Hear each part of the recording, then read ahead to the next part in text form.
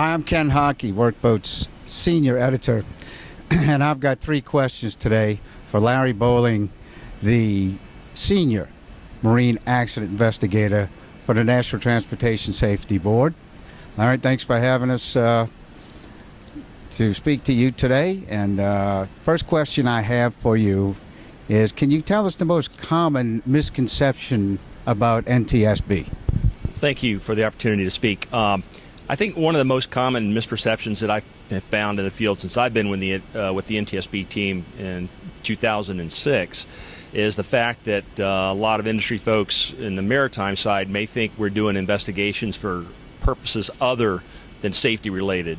By charge of Congress, our mission is strictly safety, and that's all we focus on. Our hope is to take facts and elements that we've derived from an investigation or an accident and learn from those and make safety recommendations to prevent a reoccurrence of that accident. And that's our sole mission. So I think that's the biggest misconception, that we do other forms of investigations other than safety. Now, is there a common mistake that people who have a vessel that's been in an accident, they know you're coming aboard, is there a kind of a common mistake that they make? I wouldn't say it was a mistake. I say a common thing we see are companies that may not be necessarily fully aware of how an NTSB investigation flows.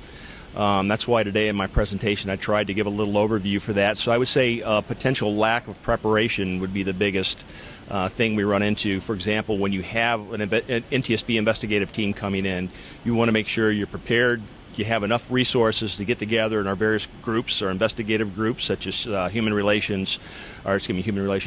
factors, survival factors, operations, engineering, and have those resources available so that you can begin the fact collection immediately upon arrival of the NTSB investigative team. Now, in your comments today, you mentioned, wheelhouse distractions. That was the focus of your speech today.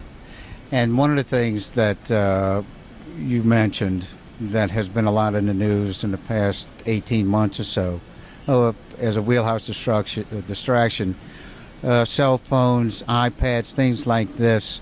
What can the NTSB or what can anybody do to try and cut down on these kinds of distractions? Yeah, it's one of our most wanted list items for 2014, and we're seeing it not only in the maritime mode, but across the other modes, and that's rail, highway, pipeline, and aviation. And, the devices, you need them. They're essential for communications and in some cases operations, but they need to be managed. One of the big pushes we're trying to get out there is basically that message, to manage those devices. What we like to see are procedures within a company's safety management system that address expected uses of those devices, and that those uses are for operational purposes and not personal purposes.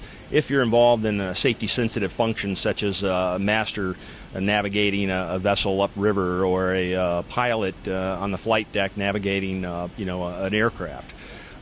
So I think that from a standpoint of what can be done, they're not going away, but they just need to be managed by companies through smart risk management. All right, Larry, well, thanks for taking a few minutes out of your time to speak to us, and best of luck to you. Thank you.